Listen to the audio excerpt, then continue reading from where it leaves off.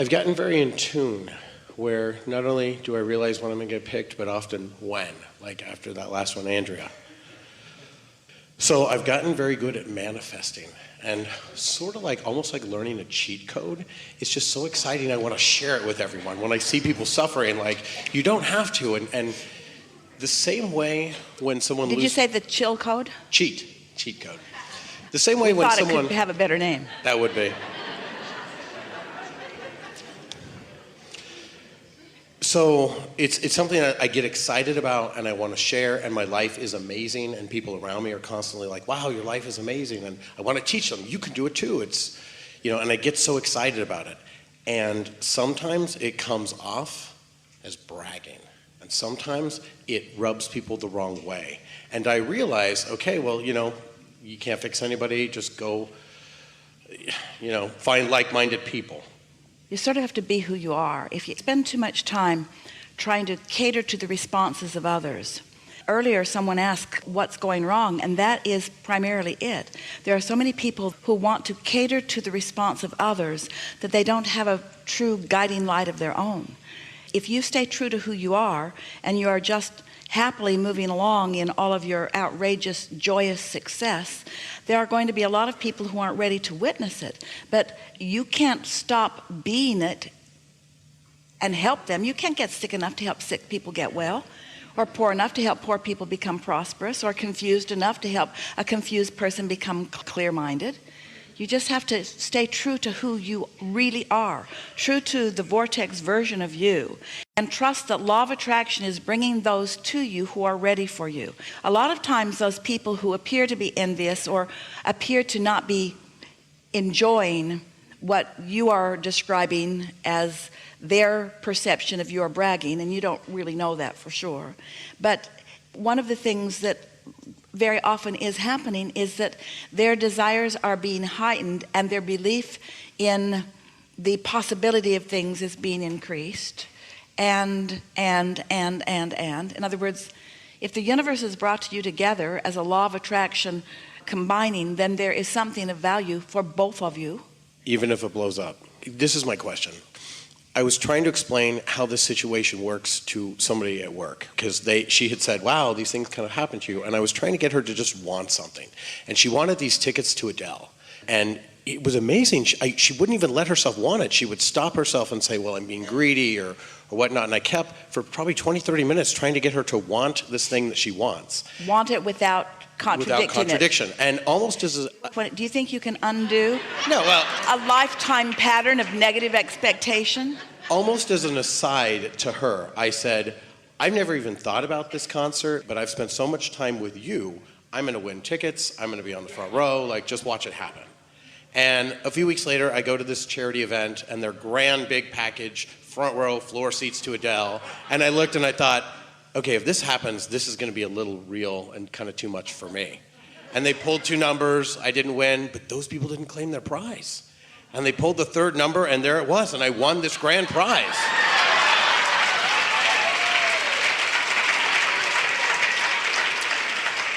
And because I had won it in such a public way, and so many people were trying to get this raffle ticket, my phone bombarded the day of the show. Who are you taking? Who are you taking? Who are you taking? Because it was this whole big package.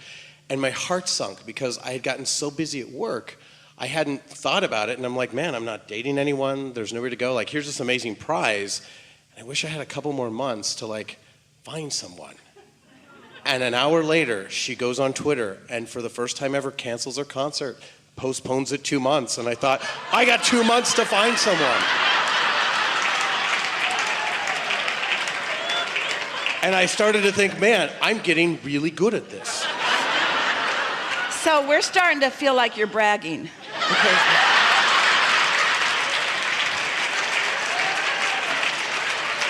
There is a point. There's a point. So to manifest this person, I thought about every relationship I had and that moment when it was really special. I imagine this one in particular with somebody I had just met. We were at the movies and our faces were touching. We were just so in love. And I was like, I love the way that felt. I felt it for a couple of minutes and I let it go. And then a few weeks later, I meet somebody at a Halloween party. And it starts to go pretty well. He says, hey, I want to take you to a movie. All the theaters are oversold, and there's one particular theater that had tickets to the show. It was the same one. 2 weeks later, I find myself in a theater in that same, like, oh my gosh, I like you so much. And I thought, wow, look how fast that comes. So we went to Adele. The relationship was going really well, and I had felt like perhaps he was vetted from the universe. I told him kind of that story. I said, you're literally a wish come true. Like, I wished for you, and here you are. And it was going very, very fast, and just out of nowhere, it exploded. And when I asked him what happened, it was that he perceived, not knowing about Abraham yet, that I was bragging and that I was getting excited about things that people didn't care about. And I had completely lost the ability to talk to regular people, and he saw me as a liability.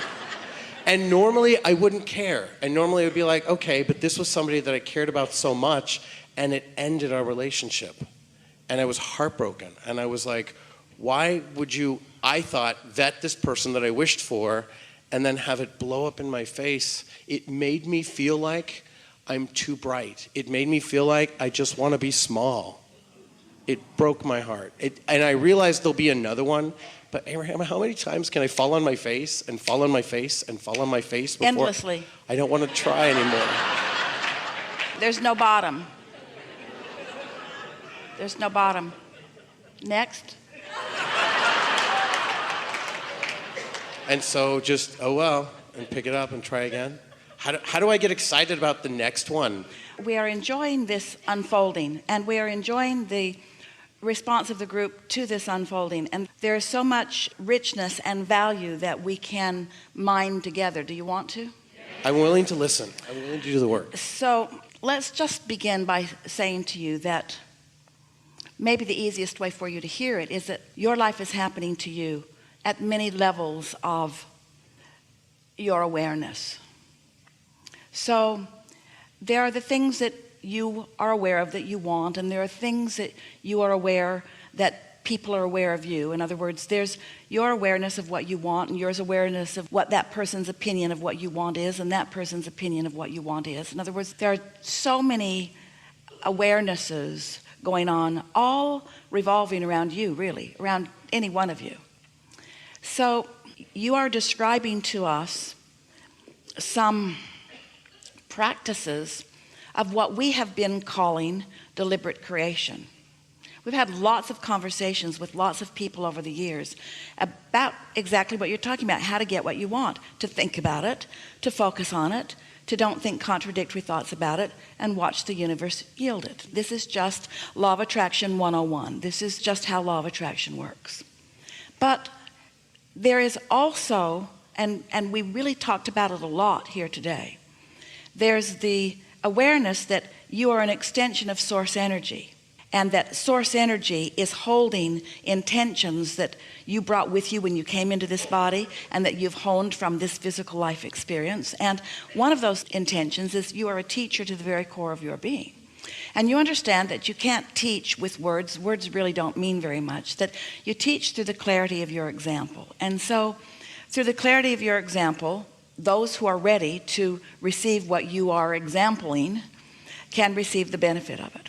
So now, here we are having a conversation with a lot of people who are learning about deliberate creation. And some of them are really at the place where they're working on some Adele tickets, or they're working on a new mate, they're working on something. And so to hear someone describe the unfolding in a way that makes their heart sing is very beneficial to them. But then it's like, and this happened, and this happened, and this happened, and this happened. And I'm riding the wave of all of that good stuff happening, because while the intentions didn't originate from my observation of something, they originated from a conversation with someone. Eventually I started manifesting things that then I began to parlay into more things and into more things and into more things and into more things. And then eventually something that I really wanted did not come about. How is this possible? Abraham, am I a deliberate creation or am I not?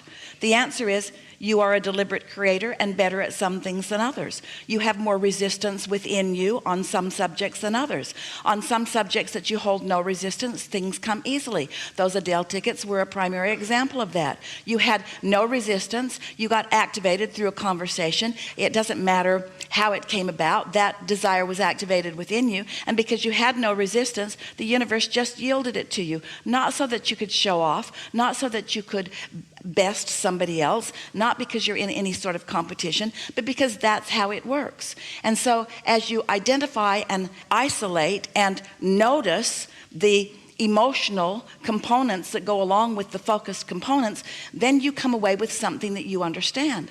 But there is a tendency to look into the manifestations for all of the answers. And that's what's tripping you up. It's almost what trips everybody up, because manifestations hardly ever hold. In other words, if you get all excited about this whatever success that you had, and that's what you give most of your undivided attention to, you're not feeding the pipeline for the things that are coming next and next and next and next and next and next and next. And there's a continual barrage of those, because nothing that you've ever created is going to stand and sustain itself. There have to be more creations in the pipeline. Your juices have to continue to flow. The way that we can speak that to you simply is someone will say to us, Abraham, I've written a magnificent book and it flowed through me and I could feel that it's inspired and it's just the best book and people are going to love it, but I can't get anybody to publish it and I'm not making any money with it yet. What should I do? And we say, write another book.